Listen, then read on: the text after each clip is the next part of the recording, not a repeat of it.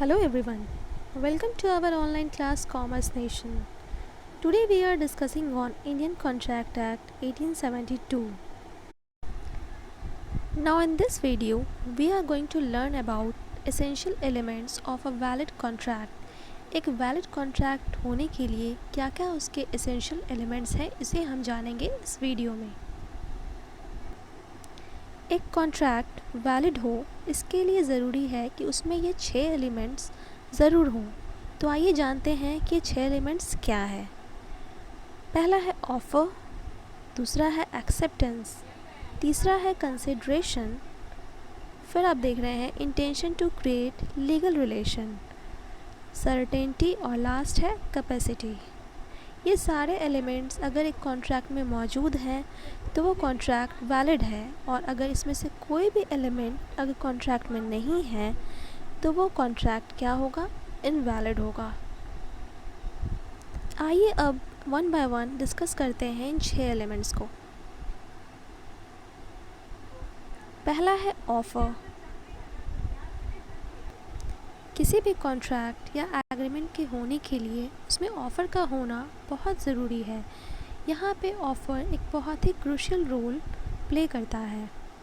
यहाँ पे हम ये भी कह सकते हैं कि अगर एक ऑफ़र नहीं होगा तो वहाँ पे कॉन्ट्रैक्ट भी नहीं होगा। चलिए अब हम इसे एक एग्ज़ाम्पल से समझते हैं। मान लेते हैं 2 पर्सन है ए एंड बी।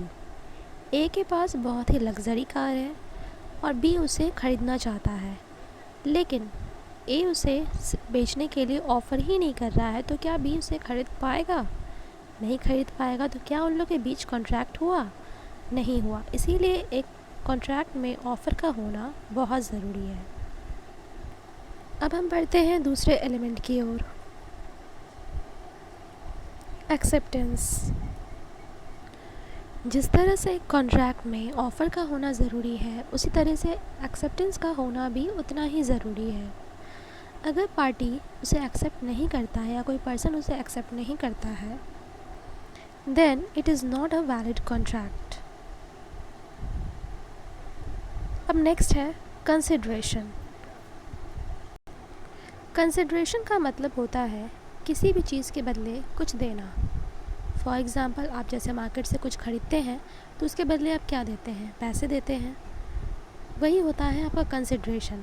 तो एक कॉन्ट्रैक्ट में कंसिडरेशन का होना बहुत ज़रूरी है, क्योंकि कोई भी कॉन्ट्रैक्ट फ़ायदे के लिए किया जाता है, किसी चीज़ को बेचने, गुड्स को बेचने के लिए, सर्विस प्रोवाइड करने के लिए किया जाता है। इसीलिए कंसिडरेशन का होना बहुत ज़रूरी है, और ये प्रोमाइज़र और प्रोमाइज़ी पहले ही डिसाइड कर लेते हैं कि उन दोनों के बीच का कंसिडरेशन अमाउंट क्या होगा। अब देखते हैं नेक्स्ट क्या है। नेक्स्ट है intention to create legal relations. एक कॉन्ट्रैक्ट में इसका होना बहुत ज़रूरी है।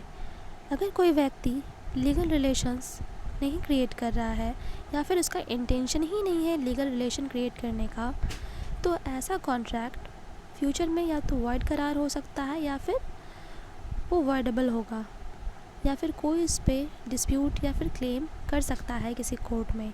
इसीलिए एक कॉन्ट्रैक्ट में इसका होना बहुत ज़रूरी है। नेक्स्ट है हमारा certainty.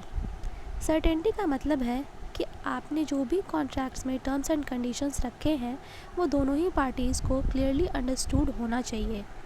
For example, mister x hotel जा रहे हैं रूम बुक करने के लिए, और सामने वाले को पता ही नहीं है कि वो कितने दिन के लिए आ रहे हैं, वो किस डेट को अपना बुकिंग करवा रहे हैं। तो वो यहाँ पे जो मैटर्स है, टर्म्स एंड कंडीशंस, वो क्लियरली अंडरस्टूड नहीं है। तो ऐसे केसेस में कॉन्ट्रैक्ट को इनवैलिड माना जाता है। इसीलिए हमें क्या करना चाहिए, जो टर्म्स एंड कंडीशंस है या रेगुलेशंस है वो दोनों ही पार्टीज़ को अच्छे से मालूम होना चाहिए। और लास्ट है हमारा कैपेसिटी।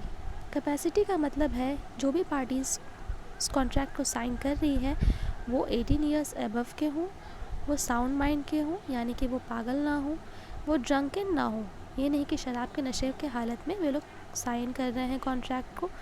अगर ऐसा कुछ होता है तो ऐसा कॉन्ट्रैक्ट वॉइड हो सकता है।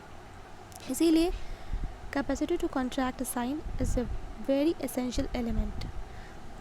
तो आज के लिए बस इतना ही। हमारे वीडियो को लाइक और सब्सक्राइब करना ना भूलें। Thank you.